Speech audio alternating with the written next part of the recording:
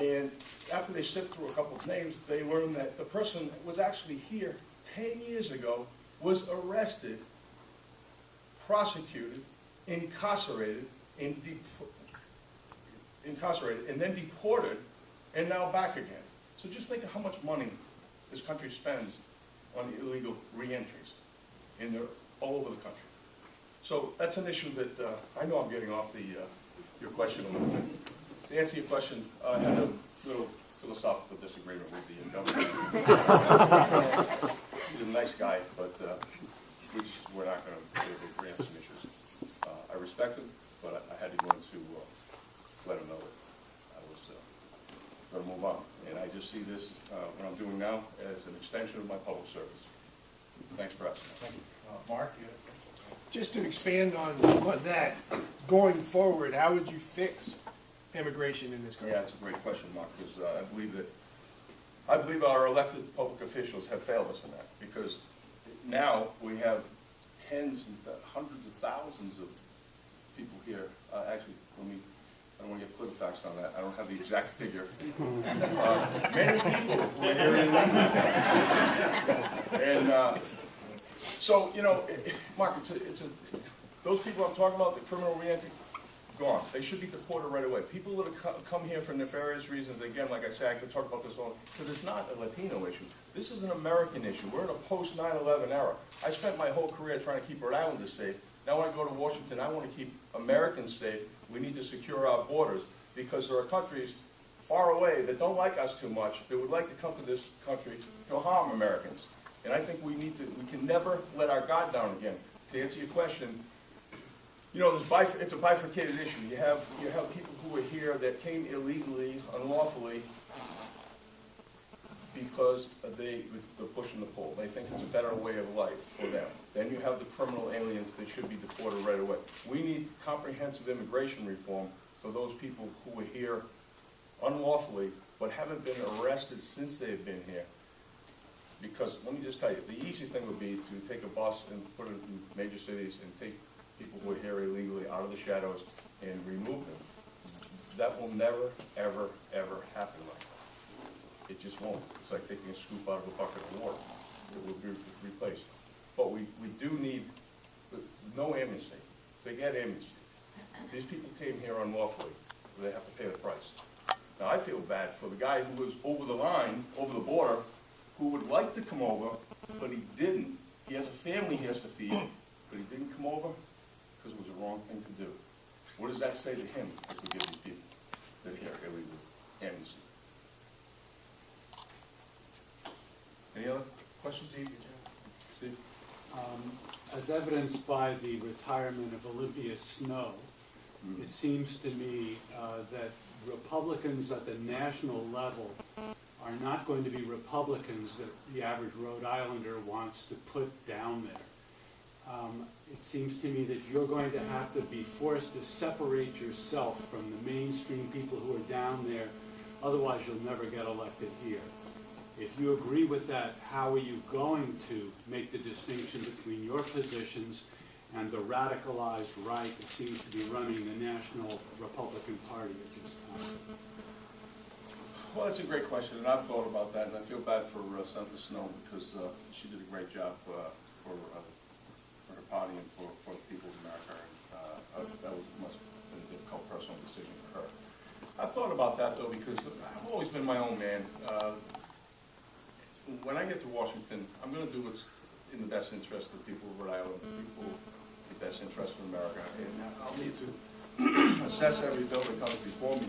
But I'm not running for office so I can go to Washington and be part of the good old boy network. I'm just not. If I'm not exactly what somebody wants me to be in Washington, that's fine. I spoke there a couple weeks ago at maybe a month ago now, at the Republican Congressional breakfast, and I was the keynote speaker, and they're really thrilled about our campaign. I had my name up on the board and how much money we have in the bank, and how much money we've raised, and we're in the top in the nation, right here in Rhode Island. This district is leading. I think I'm fourth in the nation for challenges. So I had a conversation with a few of the congressmen at that breakfast, and I let them know that I'm conservative, but I need to be able to work with people when I get to Washington. And they basically told me, you do what you need to do. We need to get you here. I don't know if that answers your question, but I'll need to be able to navigate through different issues. It's not an exact science. Yes, sir. Will you support legislation to make Rhode Island a right-to-work state? And if so, what do you think will happen? Can't answer the second part of it, but if it came before me, I believe in a right-to-work state. I don't know if it would ever happen, but I believe that the times have changed, and I think people understand that we're in tough times in this country, and we need to make changes. And yes, I would support that. Yes, sir. Two questions. One, do you support term limits? And two, do you think that the public labor unions have too much power, and is it in your top of your priority list to address that? Well, yeah, first of all, yes, I support term limits. On the issue of the labor unions, most of those would be state issues, but yeah, I believe that we need to find common ground, but we have some unions that are just out of control. Now, I worked with a union, the state police union. I think they had 250 people in that union. I was able to work with them. You know, some of you who are familiar with the state system, people in some of these agencies file grievances for minor reasons. In 4 years, the superintendent of the state police had 0 grievances. And I was proud of that because I was able to work with them. But it's a different element. The union president was understanding, and he understood that I needed to do what I had to do to enforce policies. But yeah, I believe we need to visit that anytime we can. Anyone else have a question? Oh, yes. I know about your experience with the task forces that you've had with the state, and like I was telling you before, I feel like substance abuse is becoming a very large problem in our community and across the nation. And I just feel personally that since the Just Say No campaign from Nancy Reagan hasn't been done, there hasn't been much enforcement or a lot of education, I feel, about the badness of drugs in the community. Would there be any ideas that you could bring up to with Congress in Washington about trying putting together such a campaign to try to reboot that and have more better education and awareness about substance abuse? Yeah, well, when I go to Washington, I'm surely not going to be trying to create programs, but to create a message and that education, absolutely, because I think you're talking about prescription drugs, aren't you? I'm talking about substance abuse of any kind of drugs. Yeah, well, substance abuse with prescription drugs right now is out of control. Mm-hmm. I sat on, That too. I was a chairman of the New England high-intensity drug trafficking areas out of Boston a couple of years ago, and the use, especially high school age kids with prescription drugs, is just out of control right now. So we need more education, especially for them to understand the dangers of it. But street drugs, cocaine, heroin, that's being addressed. The task forces, they've done a very good job right here in Rhode Island. Last year, at this time, on my watch, we took down the largest cocaine and monetary seizure in the history of Rhode Island. And it was a drug cartel out of Mexico that set up camp in North Kingstown just because they thought it was a comfortable place to be, and they were disseminating those drugs throughout New England. We took them down, I believe, in $6 million of drugs in cash. So, yeah, we need to continue education there. Yes, sir. As a follow-up to that, as a former state police, what experience can you use in Washington to help the, fighting of illegal drugs? Yeah, there's many task forces throughout the country that, and agencies that disseminate grants. Some of that I want to look at because I talk about waste and fraud, and some of that money is wasted. But that's what I want to shine a light on. But I know where it should be focused on. And a lot of it should be on education and the task force efforts throughout the country. Drugs is still a huge battle in this country. And yeah, I have the experience to focus on where that should go. And wait a minute, this is a waste. Why are we spending $2 million on this project when there's so much waste in the federal government, it makes me sick. So that's something we'll be looking at. One more. Yeah. If you were in Washington currently, and if it came before you, would you have supported the blunt bill? Well, let me say, I believe in the carve-out for Catholic Church, the Catholic organizations, churches, schools. That's a no-brainer. The blunt bill is difficult because I don't believe that, first of all, it goes back to Obamacare. I think we should repeal Obamacare. But with the blunt amendment, I don't believe that government should be able to dictate what an individual company provides for health care. That being said, Obamacare exists. I wouldn't have been able to support the blunt amendment because there are women who would use contraceptives for other reasons. So, but getting back to Obamacare, I think we should repeal it, and it should be repealed, and it wouldn't even be an issue. Any other questions? Oh, Cece. Of all of the, on the national level, of all of the Republican candidates for president, which one do you think has the better chance of beating Obama? I think by far Mitt Romney. I've supported Mitt Romney. I had a great conversation with him in New Hampshire about a month ago. Met with the governor chair. We just happened to be up there at the same time. And he understands the plight and the difficulties of New England states. And I think he'd be fantastic for Rhode Island. So I support Mitt Romney. Brendan, thank you very much.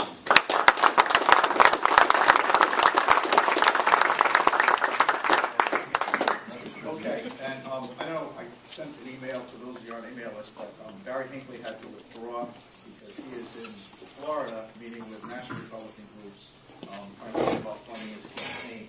And as you know, or you may not know, the Senate seat in Little Rhode Island takes between $3 and $5 million. And I know we're going to raise that here today. So he is often in the hopes of securing some major financing from some of the national Republican groups. So he sends his apologies. I know a lot of us have messed up before, and I know he'll be back to speak to us again. Also here today, we have a candidate that most of us won't be able to vote for Congressional District 2, Michael Gardner. And Michael, if you want to take about 5 minutes just to introduce yourself, and then I want to ask you a question. Mark, will you go? Thank you, Mark. Thank you very much. It's really an honor to follow Brendan Doherty because listening to him speak, I kind of feel like Rhode Island is finding its George Washington finally.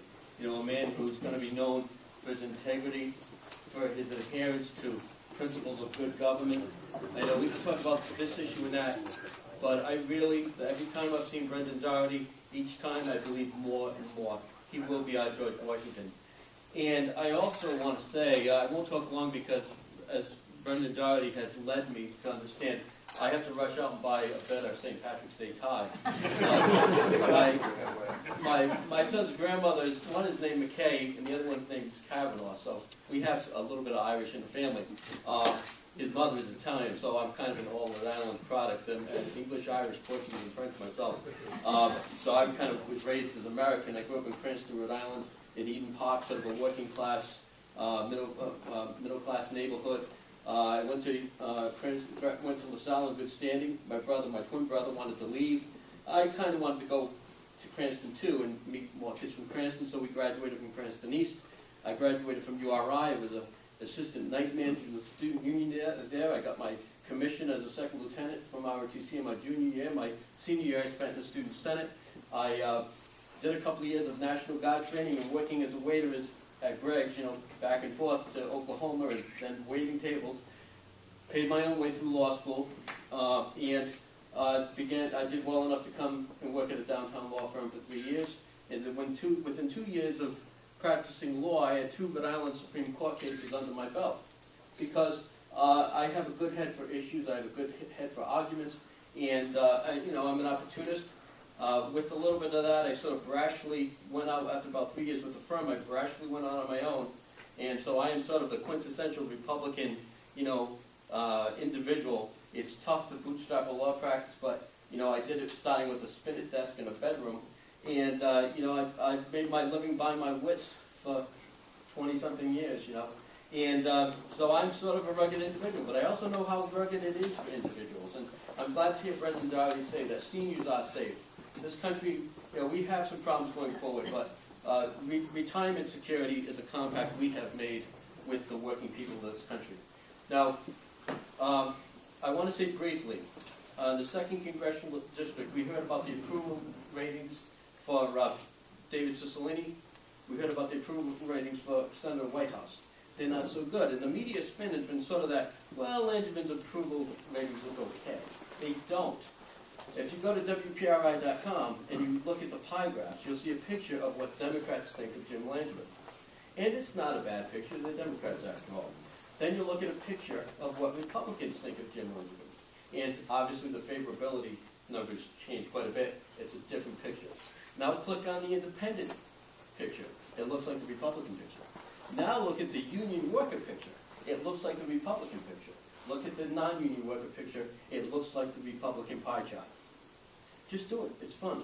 But but workers, whether they be union or non-union, and independent voters, see Jim Langevin the same way Republicans do. The media has not discussed this. They have not noticed it, or they don't want to say it. I don't know. But there was an opportunity in the 2nd Congressional District. In 2010, I ran, and with very little funding, and the first time, I still came in place second in Westerly, for example, you know, in our primary. I came in second in Westerly. That's a good Republican town, you know. And I was competitive in Cranston Warwick, where most of the rest of the Republicans in the 2nd Congressional District are registered Republicans live. And I was identified as the candidate who can connect with the independent voters. And I know I can, because through my whole career as an attorney, my job has been to take the propositions that I believe in before a skeptical bench and convince that judge or that jury that the propositions I hold are the correct ones, that my version is correct, that that's the skill set that I bring to the 2nd Congressional race. And that's something that Jim Langevin has not had to face ever before. So I can bring him a different kind of race. I've proven by just being in the media, you know, a decent amount for a Republican, but not a lot of money. But I can get out there and I can get our message heard. And with funding, I can do an awful lot. And I think as this Republican Party realizes that I am a candidate who is articulate enough to contend with an entrenched 12-year incumbent, that I will get that support. And with the independent voters, we'll take that 30% Republican base in the 2nd Congressional District, and we will overcome Jim Langevin in 2012. Thank you very much.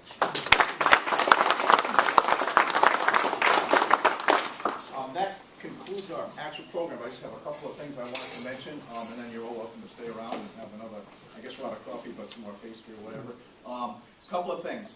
If you are interested in running for office, joining the Republican Party, hoping in the fall elections to get Republicans elected in Barrington and Rhode Island and sending them to Washington, talk to myself or any of the other committee members you may know. We need help. We need people to get involved. The more people we have, the more energy we have, and the more people we're going to elect. And we all know how important it is, right here at Barrington as well as the state, particularly, as Mark mentioned earlier, that we need to elect good Republicans, honest Republicans, ethical Republicans in the fall. So I want to thank everyone for coming. I also want to thank Shirley and her ladies group for helping with the food. They did a great job. There's plenty of food. And again, I encourage you to have some more before you leave. Thank you, everyone. Have a great day.